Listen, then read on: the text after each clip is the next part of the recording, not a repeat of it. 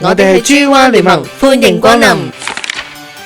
早晨啊，咁多位嚟到行程嘅第3日，我哋準時8點鐘起身，落酒店嘅餐廳食一個簡單但係豐富嘅早餐。跟住我哋準時9點半出發，前往哈爾濱嘅中央大街，車程大約30分鐘，睇一睇中國著名嘅巴洛克建築群。而家我哋睇到嘅建築係喺19世紀末到20世紀初興建嘅，展示咗中西合璧嘅建築風格。一個咁獨特嘅東方巴洛克風格，其實係融合咗西方嘅巴洛克、哥德式、文藝復興多種風格融合而成嘅。呢一個位置又係一個兵家必爭之地，大家都爭住同佢影相打卡啦。行咗咁耐，整翻杯凍嘢飲下先。事不宜遲，我哋一邊飲住嘢，一邊欣賞下呢個咁獨特嘅巴洛克建築風格先。大約逗留咗1個鐘，我哋又出發去下一個景點啦。嚟到今日第2個景點，中東鐵路印象館，佢係一個展示中東鐵路歷史同埋文化嘅博物館。而呢個印象館集中展示咗中東鐵路嘅建築過程、歷史背景同埋對當地社會經濟嘅影響，亦都展示咗鐵路喺促進中俄文化交流方面嘅作用，可以展示到中俄兩國喺鐵路建築嘅過程中係點樣合作嘅。睇完呢個鐵路印象館之後，我哋就用步行嘅方式去下一個景點。大概行咗10分鐘，我哋就嚟到今日第3個景點哈爾濱嘅濱州鐵路橋。濱州鐵路係哈爾濱市嘅一座重要嘅鐵路橋樑，主要係用於連接哈爾濱同埋濱州之間，用作鐵路運輸之用。呢座橋樑係促進咗哈爾濱同埋濱州交通便利性同埋經濟發展方面嘅重要角色。橋樑嘅建築歷程係反映咗中國鐵路建築嘅發展，同埋一定程度上促進咗中東鐵路嘅擴展。話咁快又要翻上旅遊巴啦，但係喺上旅遊巴之前，呢個景打卡都唔錯喎。上翻旅遊巴又再出發去下一個景點啦。聽導遊講，下一個景點係去食午餐啊。行咗成朝，除咗早餐之外，就冇嘢食落個肚啦。想餓死我咩？今日嘅午餐食餃子啊！嘢食未到，但係有表演睇啊！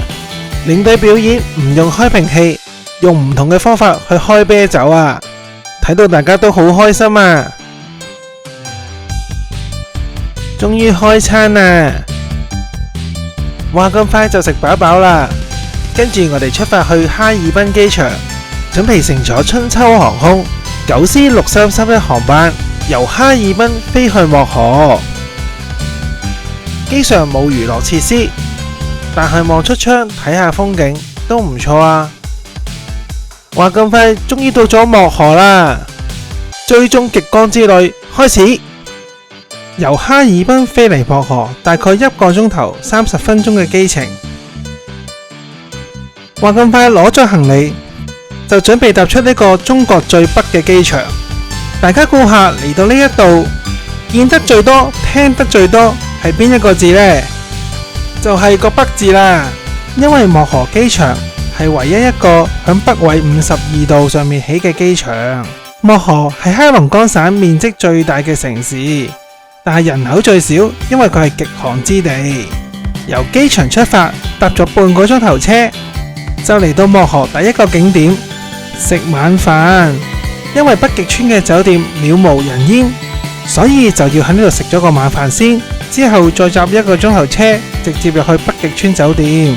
都係嗰句，好食就食多啲，唔好食就食飽啲啦。食飽飽又上翻車，準備1個鐘頭嘅車程出發去北極村入住酒店啊。見到呢個中華北垂嘅石碑，就知道已經踏入咗北極村風景旅遊區啦。因為要等領隊去辦理登記入村嘅手續，所以就加油咗呢個景點漠河供銷社。唔講唔知，原來呢個供銷社係北極村最大型嘅商店啊！如果要買嘢飲、零食，就要嚟到呢個供銷社啦。仲有啲乾貨買，可以話係麻雀雖小，五臟俱全啊！話咁快登記完，我哋又上返車，大概10分鐘嘅車程，到達我哋一連住2晚嘅酒店——漠河北極村張仲景養生院。呢個北極村面積2800平方公里，住咗2800人。呢度嘅住房最高只有4層。攞咗房卡，即刻做返個 room tour 先。一入房門，左手邊就係洗手間，乾濕分離。但係個企缸比較跣，大家最好帶定膠拖鞋，着埋沖涼啊！呢間酒店係冇冷氣嘅，因為唔需要。開個窗已經透心涼啦。而入門口嘅右手邊就係茶几同埋衣櫃嘅位置。30分鐘之後，我哋就喺大堂度集合，人齊就出發去追極光啊！由酒店步行去營地大概5分鐘到，預計俾我哋逗留時間大概1小時。呢個營地其實係由我哋導遊同埋領隊搭㗎。仲準備咗生果、零食同埋飲品俾我哋，天寒地凍仲準備咗咁多嘢俾我哋，真係辛苦晒啊！嚟到漠河，日落嘅時間係晚上8點22分，而日出就係第二朝嘅3點22分。日長夜短，睇到極光嘅機率可以話係微乎其微，但係睇星星就一流。我哋肉眼睇到少少粉紅色嘅極光，真係一閃即逝啊！搞到我哋真係分唔清係真定係假啊！